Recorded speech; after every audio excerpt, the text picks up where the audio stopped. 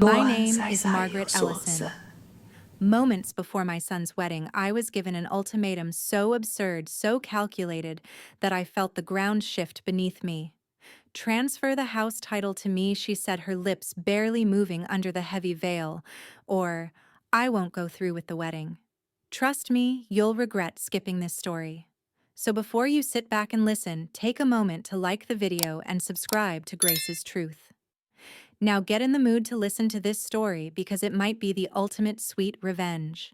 It was one of those deceptively perfect afternoons, a soft breeze carrying the scent of lilacs from the church garden, sunlight filtering through stained glass windows, and the faint hum of chatter from the guests who had already taken their seats.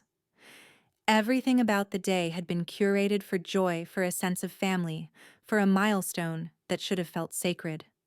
I'd been adjusting my son's boutonniere, my hands working automatically the way mothers do when they're caught between pride and 1,000 unspoken worries.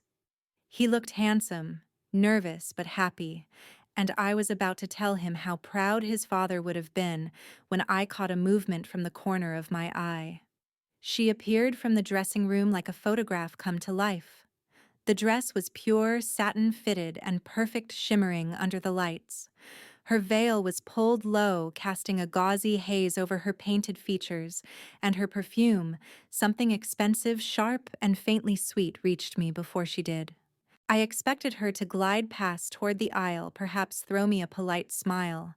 Instead, she stopped right in front of me, close enough that the tulle of her veil brushed against my cheek. Her voice was low, urgent, and deliberate. "You heard me, Margaret. Transfer the title of the house to me, or I walk away right now." The words didn't fit the moment. They didn't fit the day. They were so wildly out of place that my first instinct was to laugh. But her eyes were sharp and utterly humorless. "Excuse me," I managed, my tone clipped. "You can sign the papers next week. I already have them ready. All I need from you is to agree now." My gaze flicked toward my son. He was leaning toward his best man, the two of them laughing at some private joke, blissfully unaware that in the shadows behind the guests, his bride was trying to blackmail his own mother. I tried to steady my breathing. "This isn't the time or the place." "It's exactly the time," she said, and the smug curve of her lips under that veil made my stomach turn. "Because once I walk down that aisle, you lose your leverage. If you want this wedding to happen, say yes. If not, well." She gave a tiny shrug. "I'll turn around and leave." The house. My parents' house. The place I had inherited after their passing, where every wall held a memory. The pencil marks on the kitchen doorway showing my son's growth. The oak tree in the backyard where my late husband had proposed to me, the room upstairs I still kept as it was when my parents were alive, and she was speaking about it as though it were a handbag she'd seen in a shop window. The organist began to play a quiet prelude, the signal that the first bridesmaid should start walking. She should have been in line already preparing herself for the long, slow walk toward my son. But she stayed rooted to the spot, her veil hiding her expression from anyone but me. "You have no idea how badly this could end for your son if you refuse," she added, her tone silk over steel. My chest tightened, not because I was scared for myself, but because she had so casually involved my son in this veiled threat. I glanced at the double doors leading to the main aisle. Beyond them, the guests would be rising any moment, the ceremony beginning. I weighed my choices. I could stop everything, march into that church, and tell my son what she'd just done. The shock would be immediate, the scandal explosive. But in that moment, with the eyes of an entire congregation about to be fixed on her, I knew she wanted me cornered.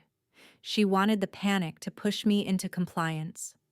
Instead, I leaned in so that my words wouldn't carry. "I'm not promising you anything." She tilted her head, the lace edge of her veil fluttering as she moved. "Then I'm not promising him anything either."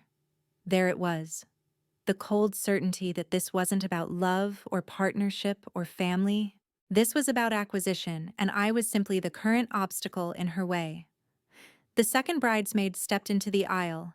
The bride's turn was next. For a few long seconds she didn't move, and I wondered if she'd really go through with her threat. Then, with a slow inhale, she turned shoulders back and began her measured walk toward the altar. The guests rose in unison. Phones and cameras lifted. Smiles broke out across the room. No one saw the exchange that had just taken place, the war that had been declared in whispers at the back of the church. I stayed where I was for a moment, my hands clasped in front of me, watching her glide toward my son. Every step she took seemed to hammer home a single truth she thought she'd won. She thought I would be too polite, too desperate for this day to go smoothly to fight her. As the music swelled, my own expression settled into something I knew she wouldn't be able to read from a distance, the calm, composed mask I'd learned to wear in 100 parent-teacher conferences, where tempers flared and I had to remain the steady one. But inside, my thoughts were anything but calm. I was already turning over the pieces, searching for the angles. She wanted my house. That meant she believed she could get it either through me, or more likely through my son, once they were married. The question was why she thought it was worth risking the wedding day itself to demand it now. By the time the officiant spoke the first words of the ceremony, I'd already made a silent vow of my own. I wasn't going to let her win. Not today. Not ever. I don't remember much of the vows. The officiant's voice was a distant murmur, the kind you hear when you're underwater. I sat in the front pew, hands folded neatly in my lap, the image of the dutiful mother of the groom. But inside, I was replaying her words over and over like a sharp stone rolling in my palm. Transfer the house title to me, or I won't go through with the wedding. I tried to keep my breathing slow, to keep my face neutral, but my mind wouldn't stop racing. Had my son heard any whispers about this? Did he know she'd cornered me just moments before walking toward him? If he did, would he care? The applause broke through my haze. They had kissed. The guests rose again, the organ swelled, and I stood with the others, smiling automatically as they walked down the aisle, hand in hand, grinning for the cameras. It was a performance, I realized. Everything about her was a performance. Even the way she leaned her head just slightly on his shoulder so that the photographer could capture a picture-perfect moment for the wedding album. I followed the crowd out into the courtyard where champagne was already being poured. The air was warm, filled with congratulations and laughter. I let myself be swept along in the small talk, but I stayed on the edges, observing. She worked the crowd like a seasoned politician, hugging his relatives, laughing at their jokes, making each one feel like they'd been singled out for special attention. To anyone else, she was the model bride. But I caught the way she occasionally glanced toward me, her eyes narrowing just enough to let me know she hadn't forgotten our little conversation. At one point, she even walked toward me with 2 glasses of champagne, holding one out. To my new mother-in-law, she said brightly, her voice pitched just loud enough for those nearby to hear. I took the glass, forcing a smile. To you, I said. The rim of her glass paused at her lips. And to new beginnings, she added, her eyes locking with mine over the crystal. It was meant to sound sweet. It didn't. During the reception inside, I found myself seated at the same table as her parents. They were well-dressed, polite, and almost painfully eager to talk about their daughter's ambitions. Her father mentioned her knack for managing finances, and her mother boasted about her eye for valuable assets. The phrases were vague, but they made something in me tighten. I had been a literature teacher for 35 years. I knew how to read between the lines. They weren't just talking about budgets or investments. They were talking about acquisition, ownership.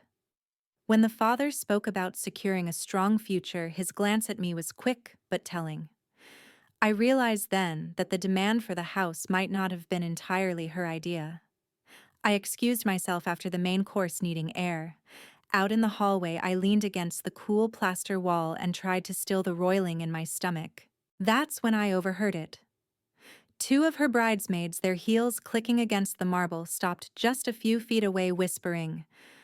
I can't believe she actually said it right before the ceremony. One said, her voice tinged with both awe and disapproval. She told me she would The other replied, said it was the perfect time Margaret wouldn't dare cause a scene, and if she refused, well, better to find out before the marriage was official. A slow, cold anger settled in my chest, so it hadn't been impulsive. It had been calculated, planned, and discussed with her friends. The fact that she had done it so calmly without a trace of fear told me she was confident she could pull it off. I waited until they walked away before I moved. My mind felt clearer now, the fog lifting. She had shown me exactly who she was. Back inside, the reception continued in a swirl of toasts and music. My son seemed oblivious, dancing with her, his friends, even me at one point. When we danced, I searched his face for any sign that he knew what she'd done. "Are you happy?" I asked, forcing the question to sound casual. He grinned, pulling me into a quick hug. "Happiest I've ever been, Mom. She's everything I've ever wanted." His words were sincere. That scared me more than anything, because if he was that taken with her, it meant I was the only one who saw the threat. I didn't press. Not here, not now. When the evening finally wound down and they left in a flurry of rose petals and cheers, I returned home, alone. The house was quiet, but the moment I stepped through the door, the weight of it hit me. I looked around at the worn Persian rug in the entryway, the grandfather clock that had been my father's, the photographs lining the hall. This wasn't just property. It was history. It was the thread of my family's story. And she wanted to take it from me.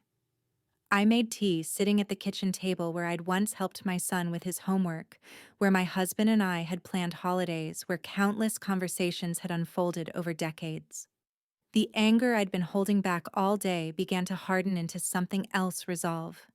She thought she had cornered me. She thought I was too polite to fight. She didn't know me at all. The next morning, I woke with a sharper mind than I'd had in weeks. I decided I wouldn't tell my son immediately.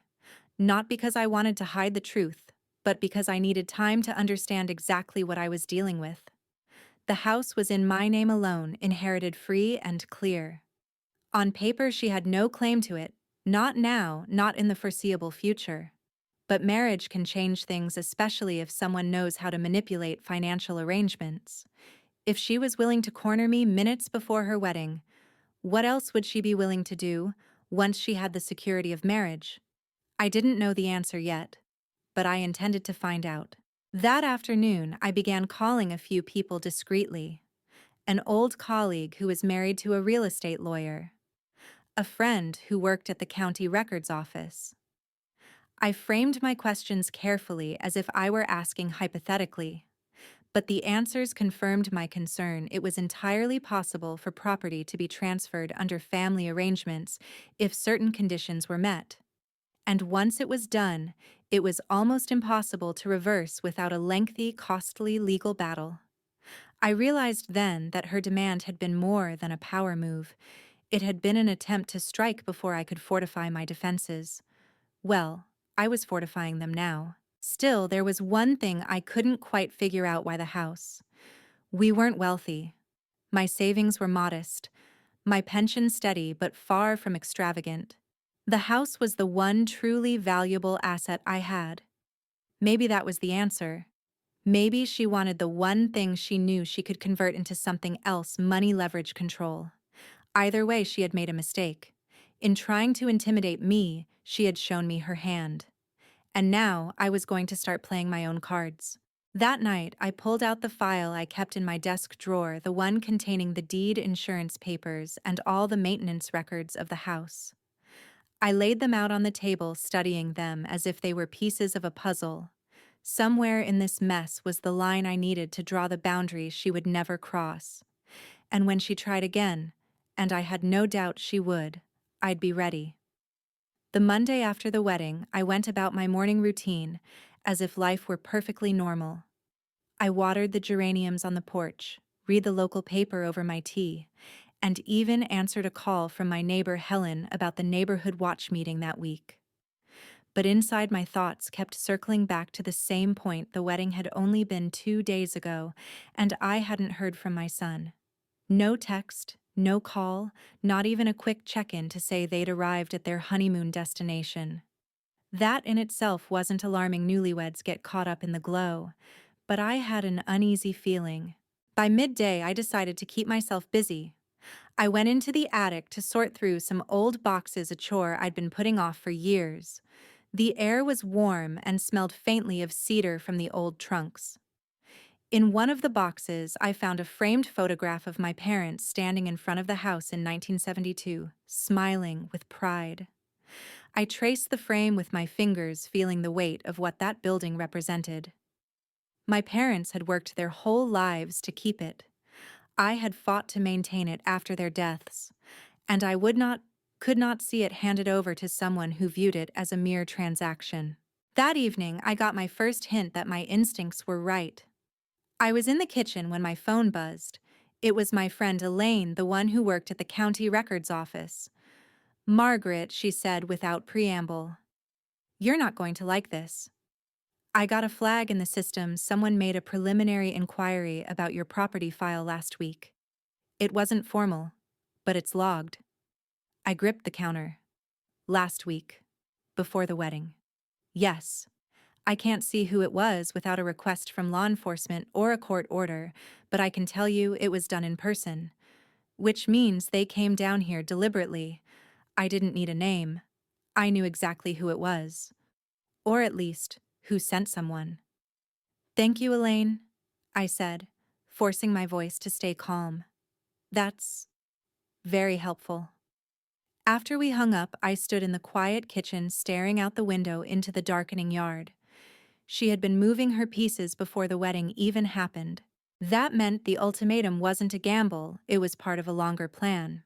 2 days later, my phone finally rang. My son's name lit up the screen. "Hi, Mom," he said cheerfully. "Sorry I haven't called. The resort Wi-Fi's terrible. We're having a great time, though. You'd love it here." I smiled faintly, even though he couldn't see me. "I'm glad you're enjoying yourselves. How's she?" "She's amazing," he said, and I could hear the smile in his voice. "She keeps saying we should have you over for dinner once we get back. Make it a regular thing." That stopped me. "Oh yeah. She wants us all to be closer. Closer." The word sat uneasily in my stomach. I could picture her smile at the wedding reception, all warmth for the crowd, all ice for me. We talked for another few minutes, and when we hung up, I realized I'd said nothing about what happened before the ceremony. I wasn't ready. I needed more information and a plan. By Friday, I'd started my quiet investigation. I reached out to a few people who had been at the wedding, friends, distant relatives, even one of the bridesmaids I knew vaguely from town. It was in a conversation with that bridesmaid, Stephanie, that I got my first concrete lead. "I don't know if I should say anything." Stephanie began lowering her voice even though we were alone in the cafe. "But," she talked about the house. More than once. Said it was wasted just sitting with you, that you'd be better off giving it to them so they could put it to better use. My stomach tightened. And when was this? A couple of weeks before the wedding. We were getting our nails done, and she said she had an idea to secure the property before they started a family. She didn't give details, but she sounded determined. Determined. That was one word for it. That weekend, I went to the library to do some research of my own. Most people don't realize that property transfers, liens, and similar transactions are all public record. I spent hours combing through the database, reading about cases where family homes had been lost because someone had been convinced or pressured to sign over ownership. The pattern was clear: once you transfer ownership, it doesn't matter if you change your mind. The house isn't yours anymore. And if the new owner sells it, that's the end of it. The realization made my chest ache. She wasn't just trying to get her name on paper. She could very well be trying to liquidate the house entirely. By Sunday evening, my resolve had hardened into something immovable. If she wanted my house, she'd have to do a lot more than corner me before a wedding ceremony. But I also knew this: a direct confrontation right now would only make her more careful. I needed her to believe I was passive, maybe even intimidated. Let her underestimate me. Let her think I'd forgotten. Because the truth was, I was only just beginning to sharpen my edge. Monday morning, I called an attorney. Not to file anything, not yet. I asked instead about adding protective clauses to my will, about putting the house into a trust that could only be passed under specific conditions. The lawyer was cautious but supportive, explaining the options in detail. By the time I left his office, I had a plan that would make it nearly impossible for the property to be transferred without my consent. It wasn't foolproof, but it was a start. And just in time, because 2 hours later, I got a call from my son. "Mom," he said, "we're back in town. We were thinking of stopping by tonight. Is that okay?" "Of course," I said smoothly, though my heart gave a small anticipatory kick. I hung up, looking around the house. If they were coming here, it meant she was coming back onto my turf. This time, I'd be ready not to confront her directly, but to watch her, to measure her, to find the cracks in the mask. Because every mask has them. You just have to know where to look. The doorbell rang precisely at 6. I opened it to find my son standing on the porch, grinning, a bouquet of lilies in his hand.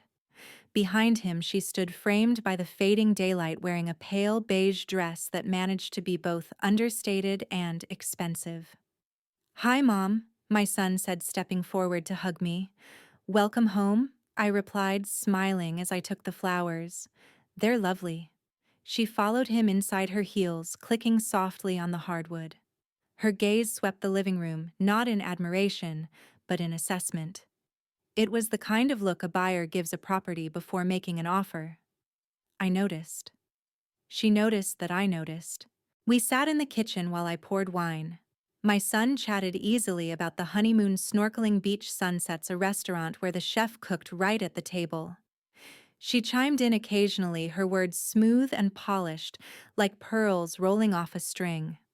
At one point, she leaned back in her chair and said, "This kitchen is so classic.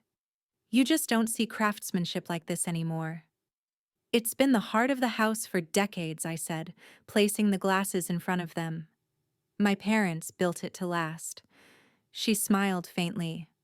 "Well, some things last longer if they're refreshed." It could have been an innocent comment, but the way she said it felt deliberate, as if she were laying the groundwork for something. Dinner was roast chicken with rosemary baby potatoes and a salad of fresh greens from the garden. My son dug in, happily praising the meal. She was more restrained, eating delicately, sipping her wine, asking polite questions about my retirement. When the conversation lulled, she set down her fork and folded her hands. "You must have so many memories here," she said. "I do," I replied. "Every corner of this house tells a story." "That's wonderful," she said, her smile warming, though not reaching her eyes. "It's why I think it's so important to keep the house in the family. You know, for the next generation."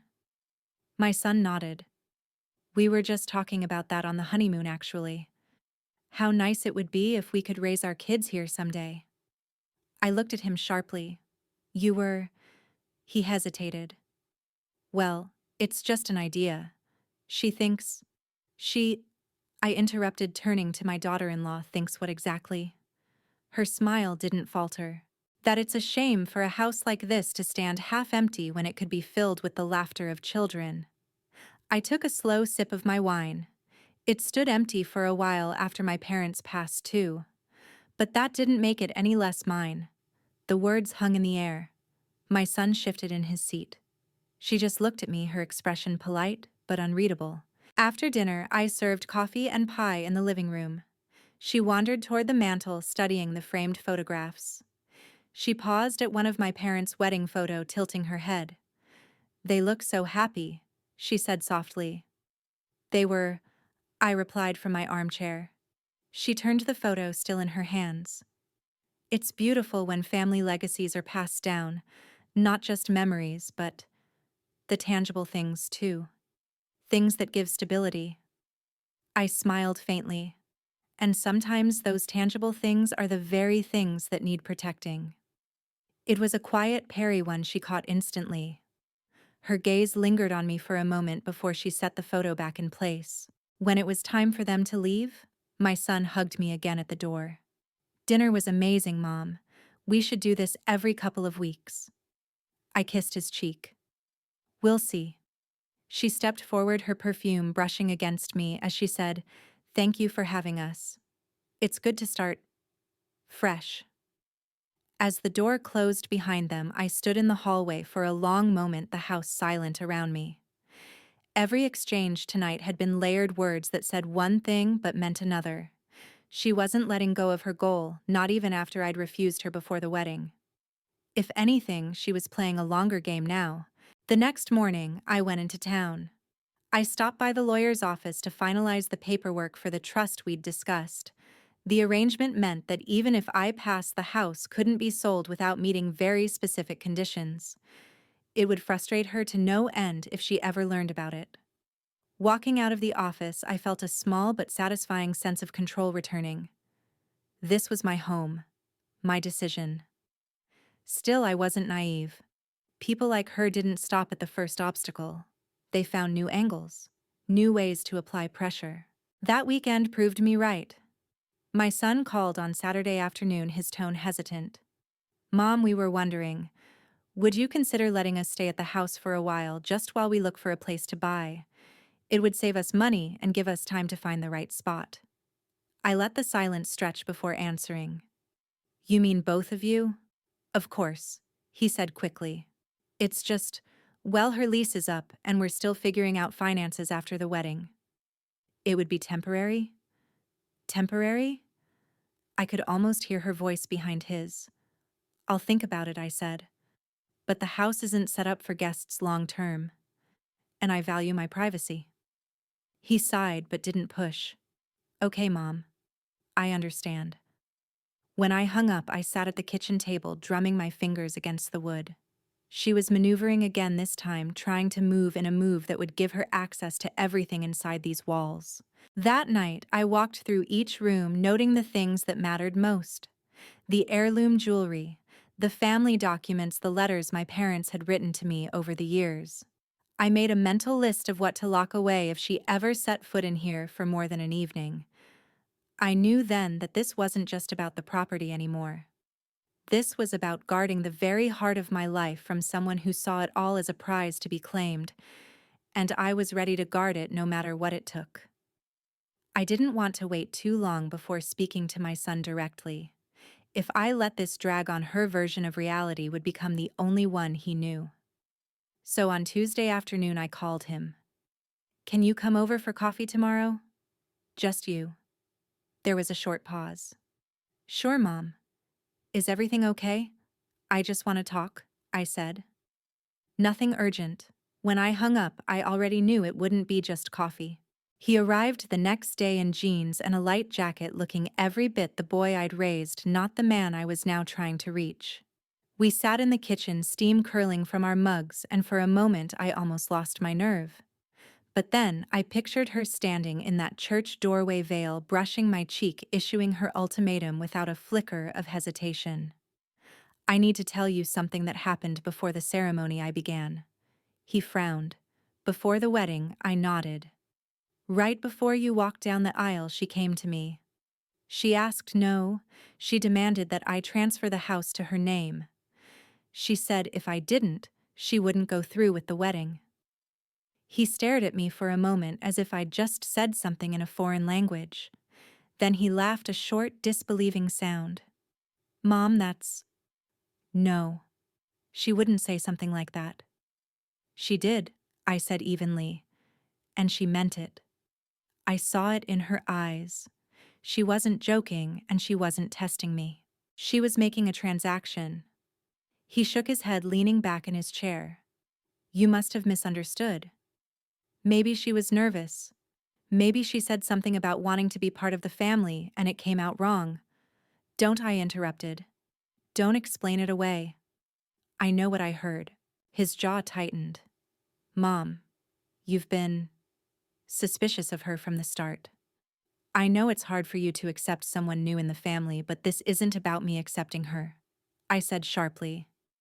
"It's about her trying to take something that doesn't belong to her. The house is my responsibility, my history, and she tried to take it before she'd even married you. She wasn't trying to take yes. She was, I said, my voice rising despite myself. And I need you to see that. I need you to understand what that means. For a moment, neither of us spoke. The kitchen clock ticked loudly in the silence. Finally, he sighed, rubbing his forehead. I love her, Mom. I know she's strong-willed, but that's part of what I admire about her. She looks out for our future. Maybe she just wanted reassurance. I studied him, trying to find some crack in his loyalty, some opening where my words might land. But his expression was closed, his mind already made up. She's my wife now, he added quietly. I have to stand by her. Those words landed like a stone in my chest. I realized then that pressing harder right now would only push him further into her corner. So I let it go outwardly. I understand, I said softly, though my voice was flat. You'll always have my support, but I won't be pressured into giving up what's mine. He nodded, relieved the conversation was ending, and soon after he left. When the door closed, I stood for a long moment in the kitchen, my coffee now cold, my resolve burning hotter than ever. 2 days later, I got my first real proof that she wasn't done. I was in the grocery store when I spotted her 2 aisles over.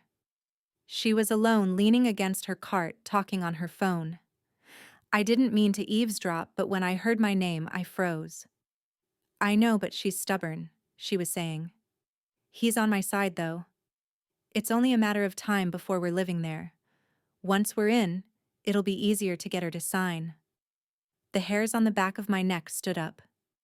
I pretended to compare soup cans until she ended the call and pushed her cart toward the registers. My mind raced. So it was true, she meant to move in to plant herself in my space until I either gave in or became too worn down to fight. That night, I wrote in my journal something I hadn't done in years. I wanted a record, my own account of what had happened so far. Dates, words, expressions, all of it. If this ever turned into a legal matter, I would have more than my memory to rely on.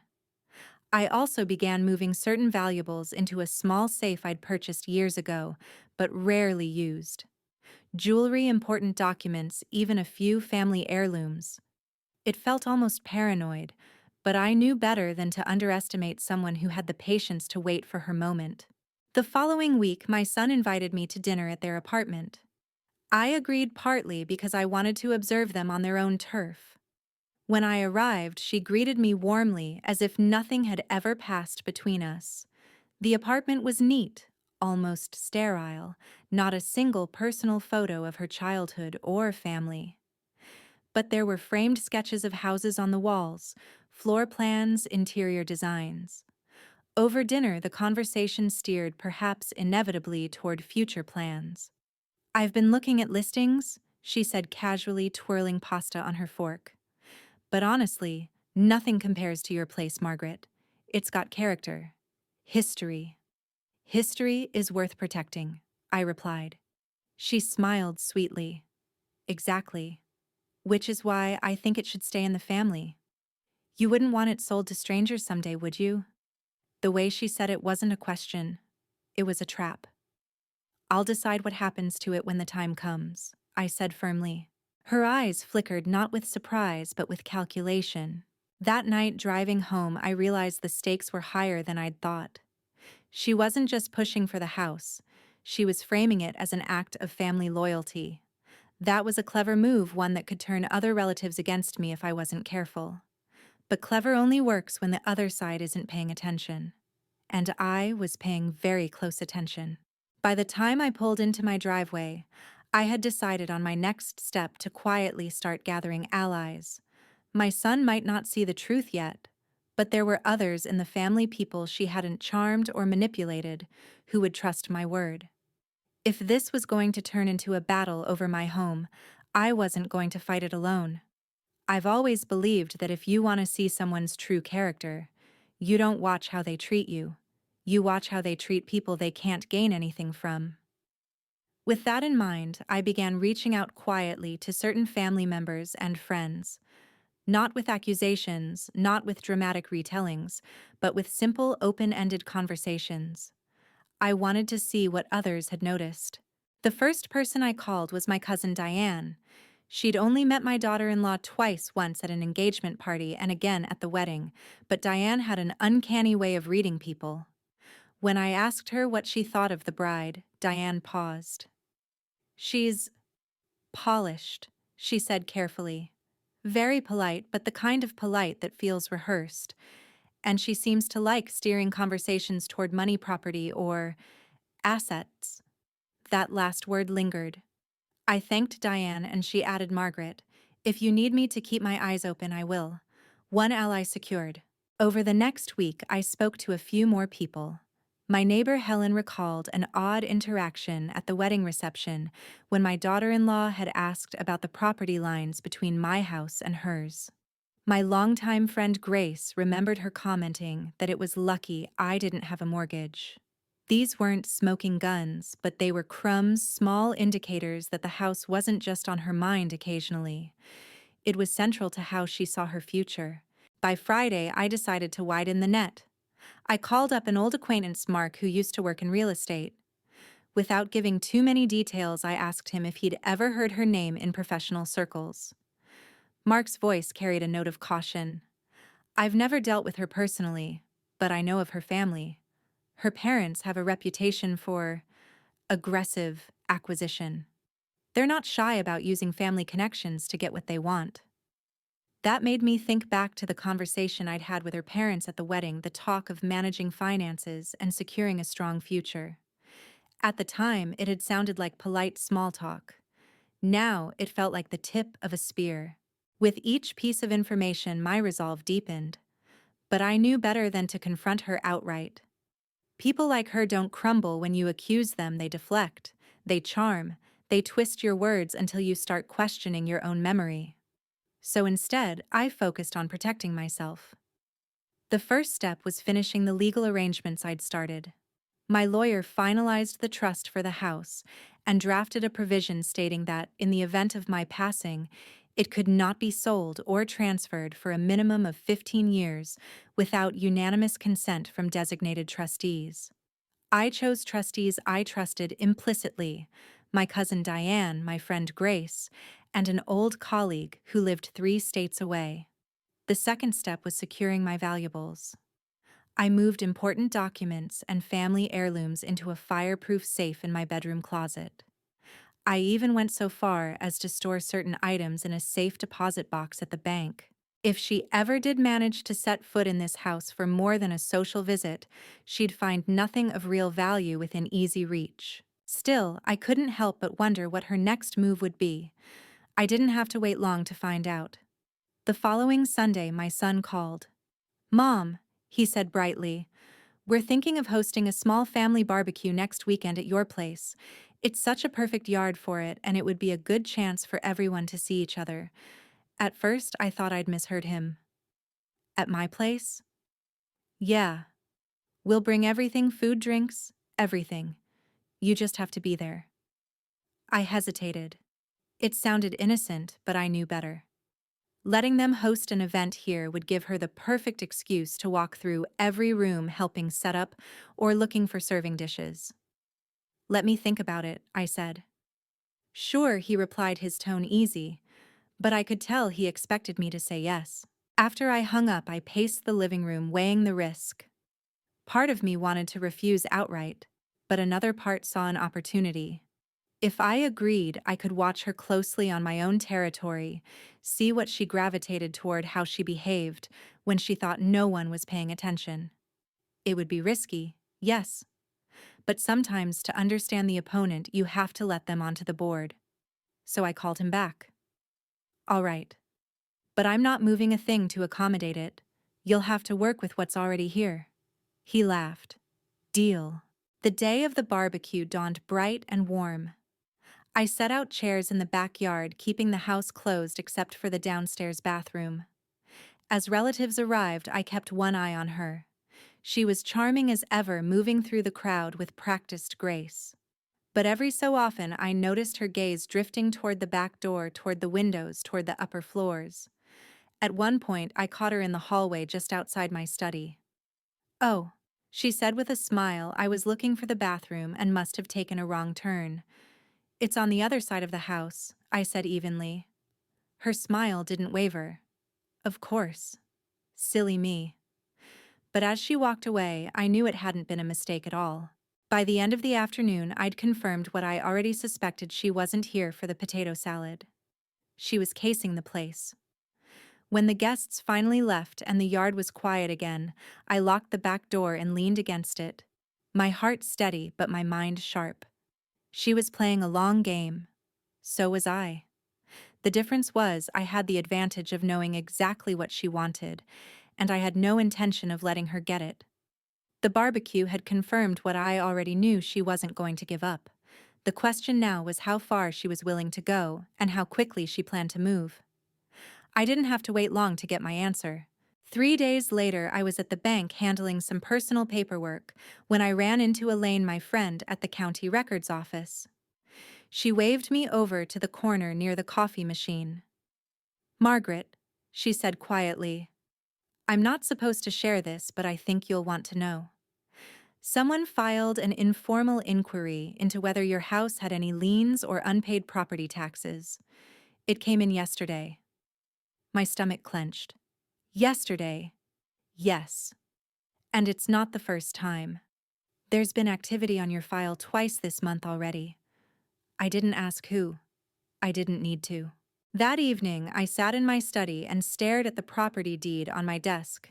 She was escalating. The inquiries might look harmless to an outsider, but to me, they were the equivalent of a fox sniffing at the edge of the henhouse.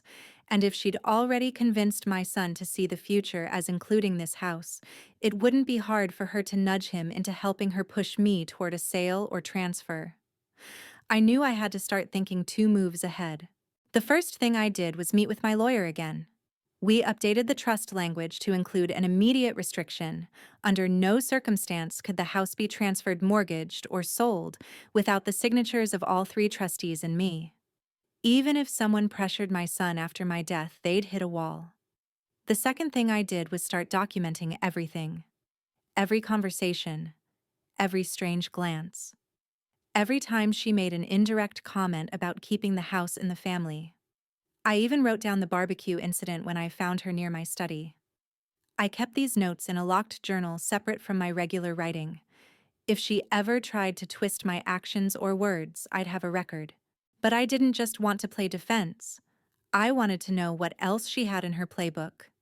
That opportunity came sooner than I expected. My son called the following week and invited me to lunch at a new cafe in town. "She wants to come too," he added. I agreed, sensing that she'd probably use the meeting to test the waters again. When I arrived, they were already seated. She was wearing a crisp white blouse and gold earrings, the kind that suggested understated wealth. We made small talk until the waiter brought our food. Then she leaned forward slightly, as if she were letting me in on a secret. "You know," she began, "we've been thinking a lot about the house. It's such a beautiful property, but it really needs some updates. New kitchen, maybe an open-concept living space. We could handle all of that if we were living there." I set down my fork. "That's generous of you," I said evenly, "but I'm quite content with the way things are." She smiled, undeterred. "Of course, but imagine how much more value it could have if my son cut in gently, sensing the tension. We just want to make sure it stays in the family long-term, Mom." There it was, the phrase again. In the family. In her mouth, it meant in our control. I sipped my coffee and said nothing, letting the silence stretch until she shifted slightly in her seat. After lunch, I didn't drive straight home. Instead, I stopped by the library's public computer section. Using a generic login, I searched her name. It took less than 15 minutes to find something interesting: a past cohabitation agreement from when she lived with a previous boyfriend. The document, filed in another county, included clauses about property rights, joint bank accounts, and asset equalization in the event of a breakup. It was unsettling in its precision. She'd done this before. Not marriage, but a legal entanglement designed to give her a claim on someone else's property. That night, I printed the record and slipped it into a folder marked simply insurance. The next Saturday, I had coffee with Diane and Grace, my two most trusted allies. I told them everything I'd learned from the property inquiries to the cohabitation agreement. Grace's eyebrows shot up. She's building a case. Slowly, but deliberately. She's setting the groundwork, so when she makes her move, it'll look reasonable to everyone else. Diane leaned forward. Then you have to be ready to go public first on your terms. Let her think she's in control, but when the time is right, show everyone the full picture. I nodded. That's the plan. But first, I need her to overplay her hand. I didn't have to wait long. A week later, my son called again. We've been talking, and we think it'd be smart to start moving some of your valuables into safer storage. Just in case. We could help you with it, even take a few things to keep at our place. I almost laughed. It was too perfect. That's thoughtful, I said, keeping my voice neutral. I'll think about it. When I hung up, I wrote the exchange in my journal. This was the kind of overreach I'd been waiting for, proof that she wasn't just interested in the house itself but its contents. She was getting greedy, and greed makes people sloppy. That night, I walked through the house again, this time with a new perspective. The creak of the floorboards, the smell of old wood, the light slanting through the hallway window, it all felt sharper, as if I were committing it to memory for battle. I didn't feel like a victim anymore. I felt like a strategist. And the next time she tried to corner me, I'd be ready to turn the game on her entirely.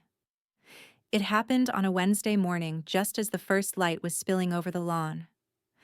I was halfway through my second cup of tea when my phone buzzed with a call from Elaine. Her voice was tense. Margaret, you need to hear this right away. Someone filed a formal request for a property value assessment on your home. I set my cup down slowly. A property value assessment. Yes. It's often the first step before making an offer, transferring ownership, or applying for a mortgage against the property. Whoever did it didn't list a buyer, they used a generic request, which means they were just gathering data for now. But the timing is interesting. My stomach tightened. And I'm guessing you can't tell me who made the request? Not officially, she said, lowering her voice. But let's just say the person who signed the paperwork has the same last name as your daughter-in-law's maiden name. I thanked her and hung up, my mind already working faster than my pulse. So this wasn't a casual conversation anymore. It wasn't a passing thought. They were taking measurable legal steps. And if they were bold enough to put something in writing, it meant they thought they were close to having the leverage to act. That afternoon, I called my lawyer and laid it all out: the pre-wedding ultimatum, the subtle comments, the property inquiries, and, now, the formal assessment request. He listened carefully, then said, Margaret, this isn't paranoia. This is a pattern. They're testing boundaries to see what they can get away with. You've done well setting up the trust, but you need to make sure they never get their hands on any documents that could be twisted into giving them control. Already handled, I said. Everything important is locked in a safe or at the bank. Good. Now I'd suggest you prepare a clear statement, something you can share with family if this escalates. The more people who know your wishes, the harder it will be for them to rewrite the narrative. It was the same advice Diane had given me, and now I knew I couldn't wait for the right moment. That night, I called Diane and Grace over. We sat at the kitchen table, the trust papers laid out in front of us. I explained the latest development, and Grace let out a low whistle. She's not even hiding it anymore, Grace said. Exactly, I replied. Which means it's time for me to stop just defending. I'm going to set a trap. Diane leaned forward. What kind of trap? The kind that makes her show her hand in front of witnesses, I said. If she's going to push for the house, I'll give her the stage to do it, and I'll make sure there are enough people present to hear every word. The opportunity came sooner than expected. 2 days later, my son called with what he framed as an exciting idea. Mom, we should all have a family dinner at your place next Sunday. You, me, her, maybe a few of the cousins. It'll be fun. My first instinct was to decline, but then I realized this was exactly the kind of setting I needed. With family present, any attempt she made to push her agenda would be on display. That sounds lovely, I said, keeping my tone light. I'll make a roast. In the days leading up to the dinner, I made subtle preparations. I casually mentioned to a couple of relatives ones I trusted that my daughter-in-law had strong opinions about the house. I didn't give details, but I planted the seed so they'd be alert. I also took one extra step. I placed a small discreet audio recorder on the bookshelf in the dining room. Not because I planned to use it publicly, at least not yet, but because I wanted a precise record of what was said. Sunday arrived. I set the table with my best china, the air filled with the scent of rosemary and garlic from the roast. The guests arrived in a cheerful rush, laughter in the hallway, coats on the rack. She walked in last, her hair styled to perfection, wearing a deep blue dress that made her look like she'd stepped out of a lifestyle magazine. For the first hour, the conversation was light: holiday plans, recipes, a few family stories. But I could see her eyes flicking to the photographs on the walls, the furniture, the little details of the home. It was over dessert that she made her move. You know, she began, her fork poised above a slice of pie. I was talking to someone the other day about how rare it is to have a property stay in the same family for generations. It's such a gift, but only if it's utilized. Utilized, one of the cousins asked, curious. Yes, she said, her voice smooth. A house like this should be full of life, with children running around, holidays, laughter. Not. Well, sitting with just one person rattling around in it. The table went quiet for a moment. I kept my eyes on my coffee cup, letting the silence grow. My son stepped in, trying to soften it. She just means it'd be great for us to make this the family home someday. Or sooner, she added, smiling at me directly now. I set my cup down carefully. This is my home, I said, my voice steady. It has been for decades, and it will stay mine for as long as I choose. That's not negotiable. Her smile didn't falter, but her eyes cooled.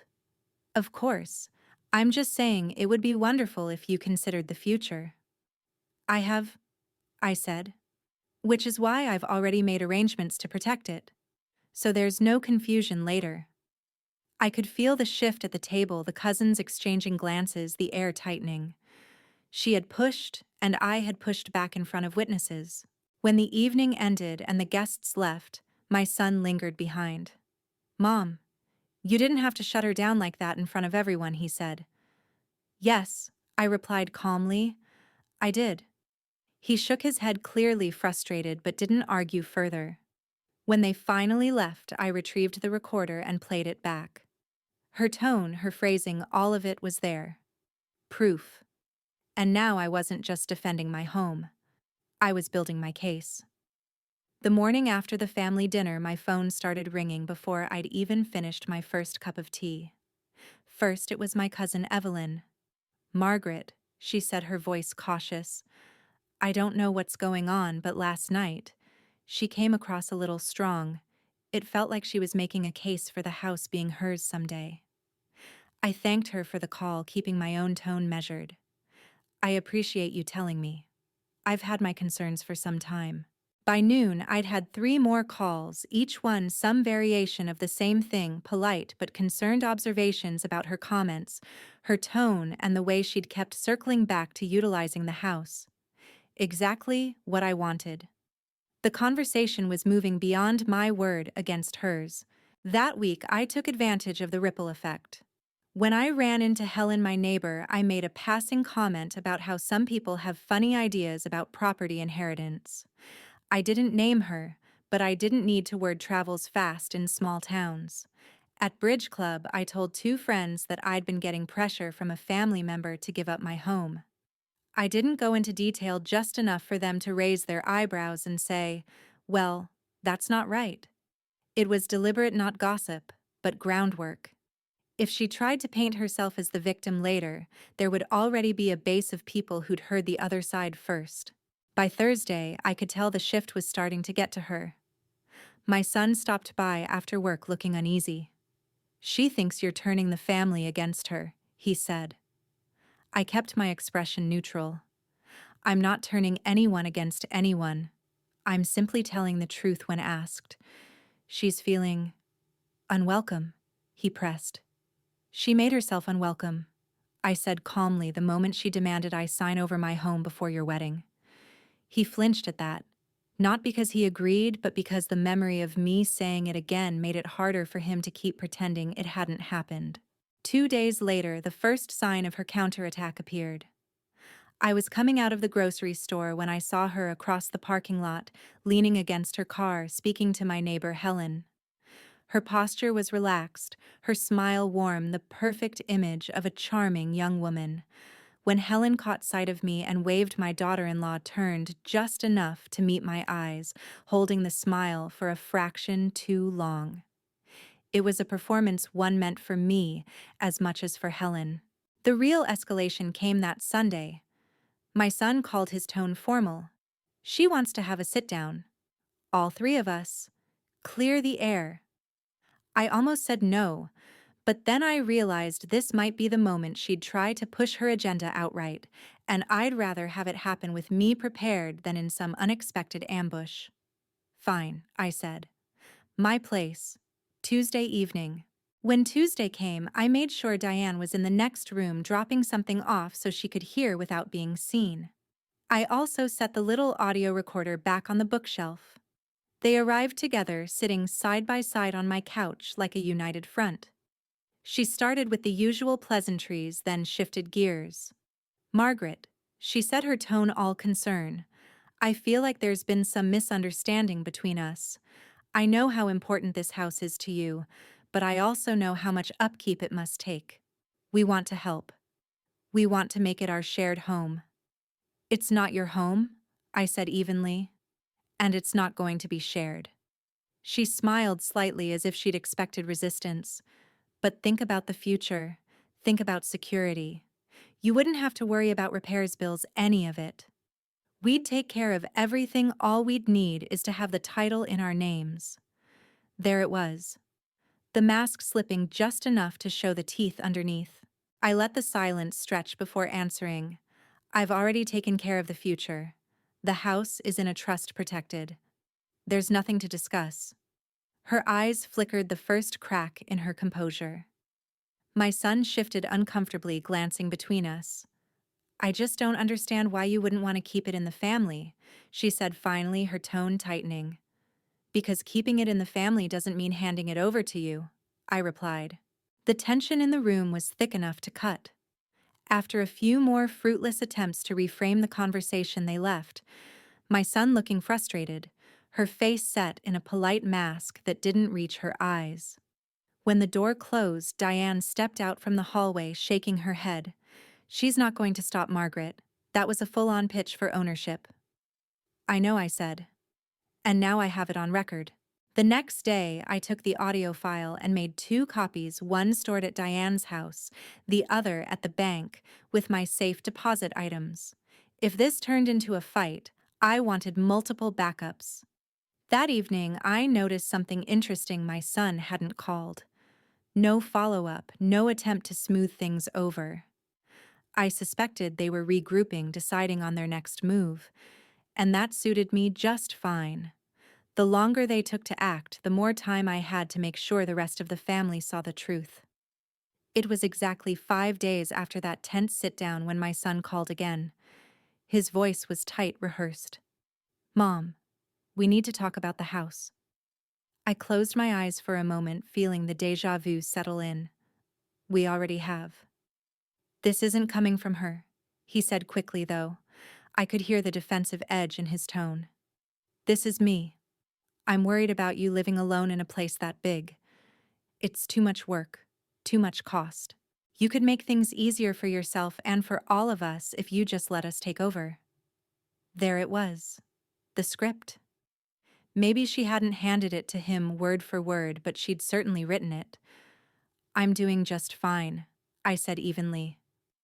I know you think that now, he pressed, but what if something happens? You'd have the peace of mind knowing we're looking after the place. You could stay here as long as you wanted, Mom, but legally it would be in our name. That way, there's no confusion later. No confusion later, I repeated slowly. That's the same phrase she used at dinner last week. He hesitated just for a second, but it was enough. She's worried about the future, he said. About stability. Her stability, I corrected. Silence stretched over the line. Son, I continued. When you were a boy, I taught you that trust isn't about words. It's about patterns. What have you seen in her pattern that makes you believe this is about me and not about control? That's not fair, he said, his voice tight. You've never given her a chance. I gave her a chance, I replied. She used it to demand my home before your wedding. We ended the call not with a resolution, but with a stalemate. I knew it would push him back toward her, but I also knew that pressing harder in private wasn't going to break through. She had a grip on his loyalty, and the only way to loosen it would be to make the truth undeniable. The more I thought about it, the more one idea began to take shape, a public moment carefully staged where she would try to stake her claim, and in doing so, expose herself in front of people who mattered to him. But for that, I'd need timing and bait. The bait came unexpectedly the following week. My church was holding its annual spring fundraiser and outdoor event with live music games for kids and tables of food. It was exactly the kind of social scene she liked to work, full of small-town eyes and ears, with plenty of opportunity to shape her image. I invited my son and her, making sure to say, "It'd be nice to introduce you to more people who've known this house and family for decades." I could almost hear the cogs turning in her mind when she accepted. On the day of the fundraiser, the weather was perfect, clear skies, warm sun. The event was bustling by noon, and I made a point to greet them warmly when they arrived, keeping my tone easy, my smile pleasant. We made our way through the crowd, pausing to talk with neighbors and old friends. And as I expected, she wove into conversation subtle references to the family home and plans for the future. With every remark, I noticed heads tilting, brows raising. People in this town had long memories. They knew the difference between stewardship and acquisition. The real opening came near the end of the afternoon. Someone, a well-meaning acquaintance, asked her directly, "So will you and your husband be moving into Margaret's place soon?" She didn't miss a beat. "That's the plan," she said, her voice warm, confident. "It just makes sense for the next generation to take over. We're working out the details now." It was the kind of statement you can't walk back without admitting it was never true in the first place. And she'd said it in front of at least a dozen people. I didn't correct her, not yet. I simply smiled faintly, let the moment pass, and stored it away. That evening, I called Diane and Grace. "It's time I told them. She's writing her own undoing." The plan was simple: create a setting where she'd think she was winning me over. Encourage her to make a bold, premature claim in front of family and a few key friends, and then present my legal proof that she had no claim whatsoever. The shock wouldn't just be in the information, it would be in the timing. But even as I laid the groundwork, she made another move, one that told me she was done playing the long game. The next day, I found an envelope in my mailbox. Inside was a glossy brochure from a real estate agency with a sticky note attached. "Just thought you might like to know what your place could fetch in today's market." No signature, but the handwriting was hers. It wasn't even subtle anymore. That night, as I locked the door and checked the safe, I realized something. She thought I was isolated. That if she could lean on my son hard enough, if she could present the idea as inevitable to enough people, I'd give in just to stop the pressure. But she was about to learn that I wasn't the kind of woman who surrendered her ground. Not to a stranger, not to family, not to anyone. I knew the trap had to be baited carefully. If I moved too soon, she'd sense it and retreat. If I waited too long, she might make a legal move before I was ready to counter. The perfect opportunity came in the form of my cousin Diane's birthday. Diane planned to host a big family dinner at her place, but I offered to take it over. "Let me host this year," I told her. "It'll be easier for everyone." She caught my meaning instantly. "You want her on your turf." "Exactly," I said. "And with an audience." Over the next week, I orchestrated the guest list. I made sure to invite relatives who'd been on the fence, a few who'd already voiced concerns, and key people whose opinions carried weight in the family, the sort who could sway my son if they saw the truth for themselves. I also extended an invite to a couple of old friends from town who knew my parents and the history of the house. Their presence would remind everyone that this wasn't just a building, it was a legacy. And quietly, I made one last appointment with my lawyer. I had him prepare a simple, clear document summarizing the trust and its restrictions. It was written in plain English, impossible to misinterpret, and it included a clause stating that any attempt to force a transfer would be met with immediate legal challenge. The night of the dinner, the house was warm with the smell of roast beef and cinnamon pie. Guests filled the living room, laughter and conversation buzzing in the air. My son and his wife arrived fashionably late, she in a cream silk blouse and fitted skirt, looking every inch the poised young wife. "Lovely as always, Margaret," she said, as she stepped inside, her eyes doing that familiar sweep of the room. "Thank you," I replied pleasantly. Dinner began without incident. I played the gracious hostess, keeping the conversation light. But I could feel her watching me, waiting for her moment. It came during dessert. The conversation had turned to family heirlooms and who would inherit what in the next generation. My son mentioned the piano in the living room, and one of the cousins asked jokingly if they'd be taking it when they moved in. She seized on it instantly. "Oh, of course," she said with a laugh. "We'll be moving in sooner or later. This will be our home eventually. It just makes sense for us to start thinking about where everything will go." Her tone was casual, but her words were loaded. I glanced around the table. A few people raised their eyebrows. Others looked at me, waiting to see how I'd respond. I set down my fork. "That's interesting," I said calmly, "because I've already made legal arrangements to ensure the house can never be sold or transferred without my explicit consent. And those arrangements are ironclad." Her smile flickered just for a second. "Oh well, I'm sure we'd all agree to what's best for the family. What's best for the family I cut in is respecting what belongs to someone else, and what's mine will remain mine until I say otherwise." The room was silent. My son shifted in his chair, clearly uncomfortable, but I didn't break eye contact with her. "You've been telling people we're moving in." I continued, my voice steady. "You've made comments about renovations, even about where my belongings should go. That ends tonight. There will be no transfer, no co-ownership, no sale. Ever." For the first time, I saw a flash of real anger in her eyes. It was gone almost as quickly as it appeared, replaced by that carefully composed smile. "Of course," she said sweetly. "If that's how you feel." "It is," I replied. "And now everyone here knows it." Diane cleared her throat. "Seems to me Margaret's made her position perfectly clear. We should respect that." A few murmurs of agreement went around the table.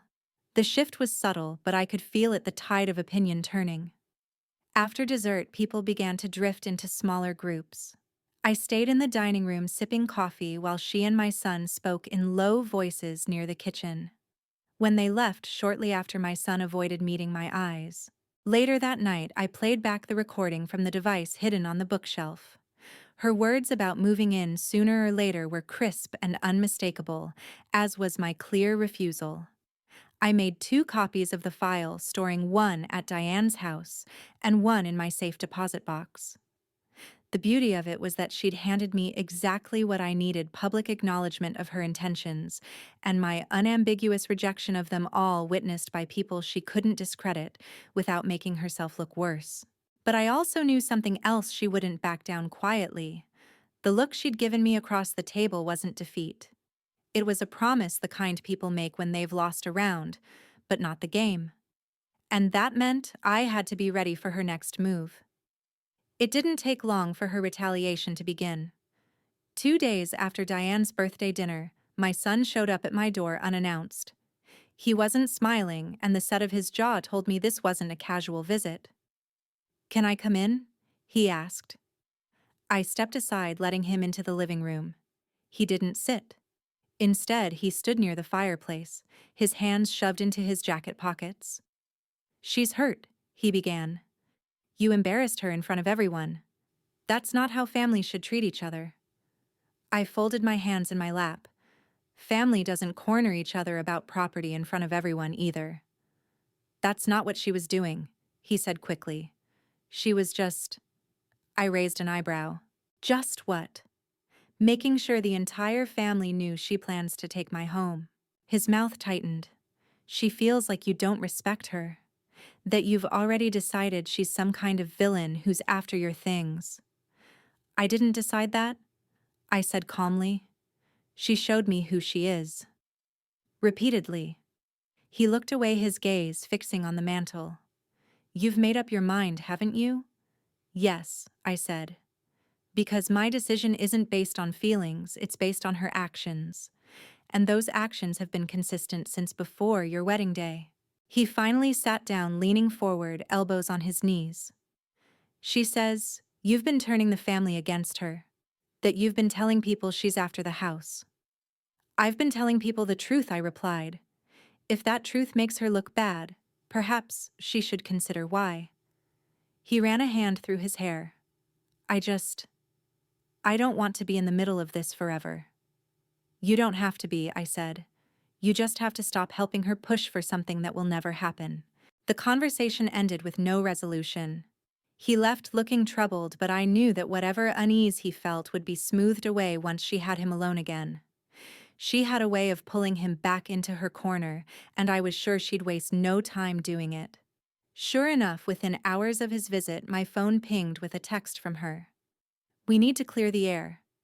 I think it's time we talked, just the two of us." I stared at the screen, knowing exactly what this was. She wanted a private meeting where she could reframe everything, gaslight me into questioning myself, and if possible, extract some kind of concession she could later twist as agreement. I replied with 2 words: "Name the time." We met at a quiet cafe on the edge of town the next afternoon. She was already seated when I arrived, her posture impeccable, her expression neutral, but calculatedly warm. "Thank you for coming," she said as I sat down. "I think we've both said things in the heat of the moment." "I haven't," I replied. "Everything I've said, I meant." Her smile didn't falter, but her eyes cooled slightly. "Margaret, I understand you're protective of your home. I admire that, actually. But you have to see that it's wasteful to keep it when it could be a foundation for our future, for your grandchildren's future. There are many ways to provide for the future that don't involve me signing away what's mine," I said. She leaned in, slightly lowering her voice. "You're making this harder than it needs to be. If you gave us the title now, we could secure a loan, make renovations, increase the property's value. You'd still live there as long as you wanted, but we'd be building something for when you're gone." There it was. The slip. "When you're gone." "That's an interesting way to phrase it," I said quietly. "Almost as if you've been counting on that." Her lips pressed together for a moment before she forced the smile back. "I'm just thinking practically. And I'm thinking about how many times you've brought this up even after I've made it clear that the answer is no." Her tone sharpened. "And I'm thinking about how unreasonable it is to shut us out when we're family." I sat back, studying her. "You think persistence will wear me down. It won't. You think painting this as a family duty will make me look selfish. It won't. And you think you can control the story by making me the difficult one. That too won't work." She held my gaze, her smile gone now. "Then I guess we're at an impasse." "I don't think so," I said. "Because I'm done discussing it. From now on, if you bring it up again, it won't be a conversation. It will be a legal matter." For a moment, the mask dropped entirely. Her eyes hardened, her jaw clenched.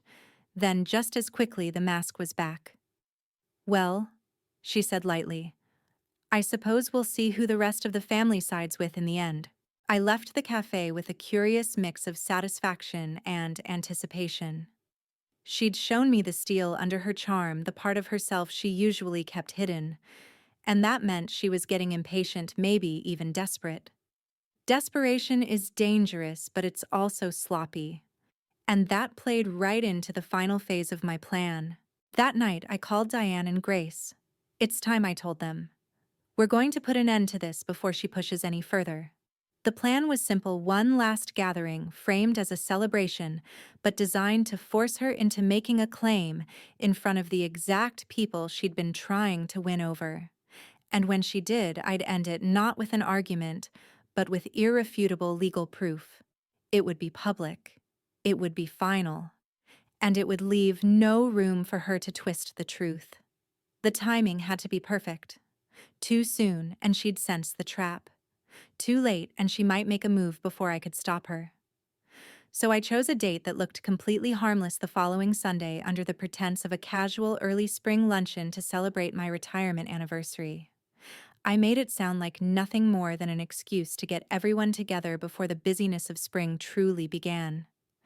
My son was the first to RSVP his text reading, "Sounds good, Mom. We'll both be there." That was all I needed to know. She wouldn't miss an opportunity to be the center of attention. Over the next week, I made my calls and sent invitations. Diane and Grace knew the real reason for the gathering, as did my cousin Evelyn and two other relatives I trusted.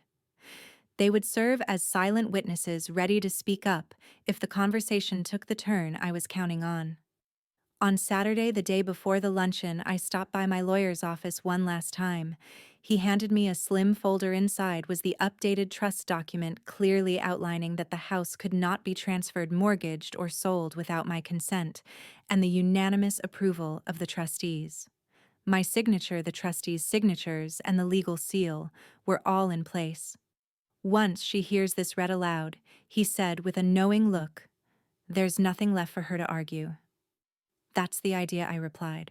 Sunday arrived, bright and warm for March. The table was set with my mother's china vases of daffodils down the center. I'd roasted a leg of lamb and baked 2 pies, 1 apple, 1 lemon meringue, knowing full well she liked to flatter me over desserts before pivoting to whatever point she wanted to press. Guests began arriving just after noon. My son and his wife came together, both dressed neatly, but I noticed immediately the way she looked around the room, taking stock as always. "Margaret," she said with a practiced smile, "this is lovely. You really should host more often." "Thank you," I said, matching her tone. "It's important to make the most of the spaces we have, don't you think?" Her eyes flickered just for a moment at my choice of words. The first hour was filled with harmless chatter, good food, and the comfortable hum of family catching up. I waited until dessert to shift the tone. As I served slices of pie, I made a point of turning the conversation toward family traditions, how certain recipes had been passed down, how the piano in the living room had been in the family for 3 generations, how the garden out back had been planted by my father. "It's amazing how much of our family history is tied to this place," my cousin Evelyn said warmly. That was her cue.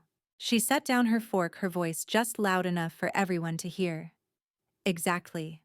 Which is why it only makes sense for us to eventually move in and keep it alive for the next generation. We've talked about it a lot, and we both feel it's the natural next step." My son nodded, not with conviction, but with the weary compliance of someone who's been through this speech before. Across the table, Diane caught my eye and gave the faintest nod. I smiled faintly. "That's an interesting assumption." She tilted her head, feigning confusion. "It's not an assumption, Margaret. It's just the logical thing to do. You wouldn't want the house to be sold outside the family someday, would you?" I reached under my chair for the folder I'd placed there before the meal. Slowly, deliberately, I opened it and pulled out the document. "This," I said, sliding it onto the center of the table, "is the trust agreement for my home. It's been finalized, notarized, and filed with my attorney.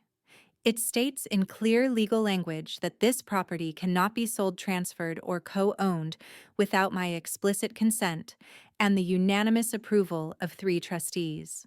And I am one of those trustees." The silence was immediate and absolute. She blinked, her smile faltering for the first time in front of this many people. Well, I'm sure I cut her off, my tone still calm but carrying weight. You've been telling people you're moving in. You've discussed renovations. You've even been looking into the property's value. This stops now. Everyone here understands the house is not yours, and it never will be unless I choose it. And I won't. My son looked between us, his jaw tightening. Mom, this isn't open for debate. I said, my gaze steady on her. You've overstepped repeatedly. Consider this the final word on the matter. Around the table, I saw heads nodding. Diane leaned back with a satisfied expression. Grace reached for her coffee, a small smile playing on her lips. Even Evelyn, who had been hesitant before, gave a firm, approving nod. She sat back in her chair, her hands folding neatly in her lap. But her eyes told a different story, fury barely contained simmering beneath that polished exterior. Well, she said finally, I suppose I can't argue with legal documents. No, I agreed. You can't. The rest of the afternoon passed with strained politeness, the easy flow of conversation never quite returning. When they left, my son avoided my gaze, hurrying her toward the car. She didn't say goodbye, just offered a thin smile and a nod before closing the door. After the last guest was gone, Diane stayed behind to help clear the table. You got exactly what you needed, she said. Yes, I replied, stacking plates. Now it's just a matter of whether she tries to salvage her pride quietly or goes down swinging. Diane gave me a knowing look. My money's on swinging. That night, as I locked the door and checked the safe, I couldn't help but feel the weight of the day lift slightly from my shoulders. I had said what needed to be said in front of the people who needed to hear it, and I had done it on my terms. She could spin it however she wanted in private, but the truth was now public and backed by the law. Still, I knew this wasn't the absolute end. People like her rarely retreat completely without a final push, and I was ready for it when it came. I expected her to keep her distance for a while after the luncheon. Instead, she struck within the week. It started with a phone call from my neighbor Helen. Margaret, she said cautiously, I don't want to stir the pot, but I thought you should know. I ran into your daughter-in-law at the market yesterday. She mentioned that you're not in the best health and that you've been talking about downsizing. She said she and your son might be helping you transition out of the house soon. My grip on the receiver tightened. I've said nothing of the sort. I didn't think so, Helen replied. But she said it like it was already happening. It was a clever tactic: plant the seed with enough people, and when the time came, it would feel like a natural progression instead of a coup. That night, I called Diane and Grace. She's trying to rewrite the story I told them. Make it sound like this is my decision so that when she pushes again, it won't look like she's taking anything. It'll look like she's helping. Then you need to get ahead of it, Grace said. Publicly. I already made my position clear at the luncheon, I reminded her. Yes to family, Grace said. But she's playing to the wider audience now. You have to match her reach. I thought about it all night. By morning, I had a plan.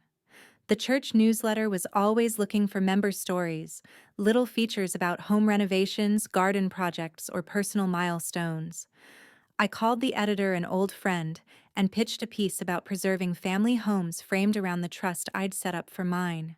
When it was published the following week, my name and photo were right there next to the headline, Safeguarding a Legacy: Why I Protected My Family Home for Generations to Come. The article made my position crystal clear. I didn't mention her, but the subtext was undeniable. 2 days later, my son showed up at my door again, this time with her in tow.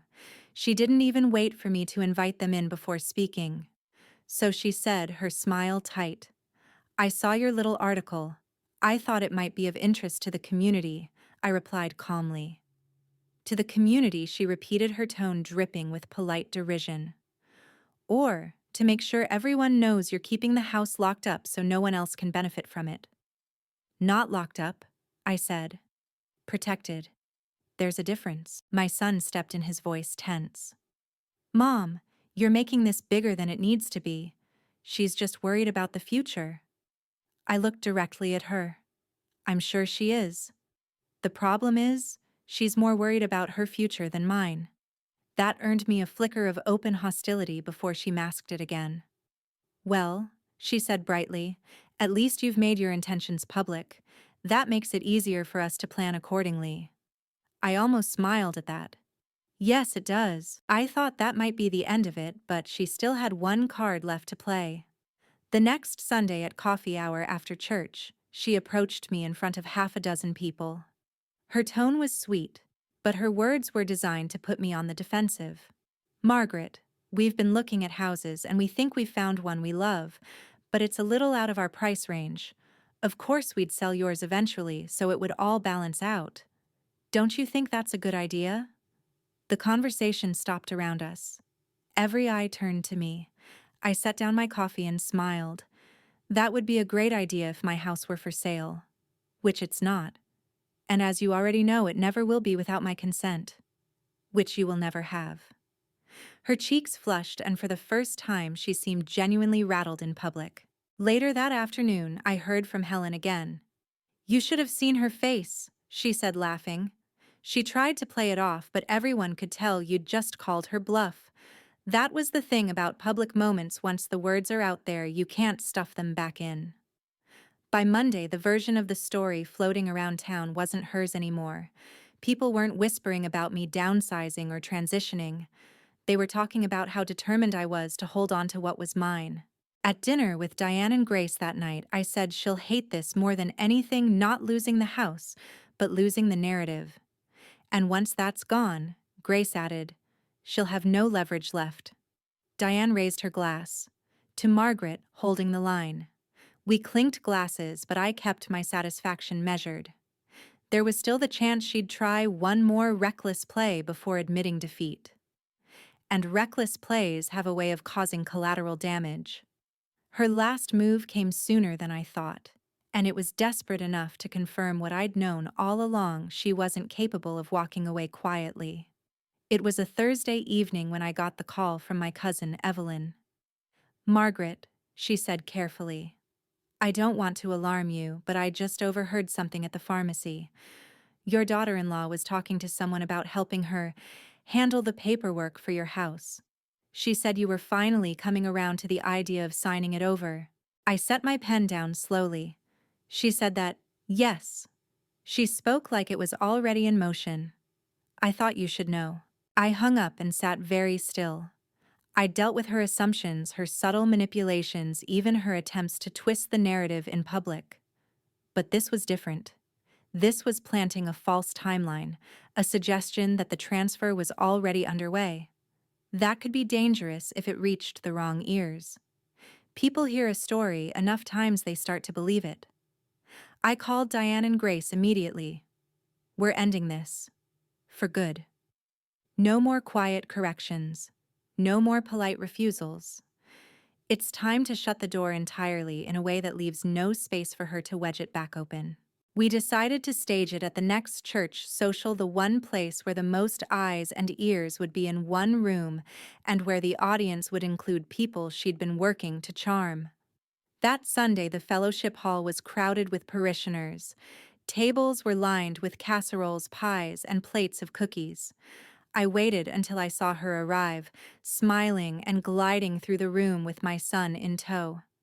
I made my way to the small podium near the front. Before we begin, I said, raising my voice just enough to carry, I want to take a moment to clear up some confusion I've been hearing around town. Conversations went quiet. She stopped halfway across the room, her eyes narrowing. There's been talk, I continued, about my home. Some people have been told that I'm planning to transfer it. That is not true. My home is in a legal trust.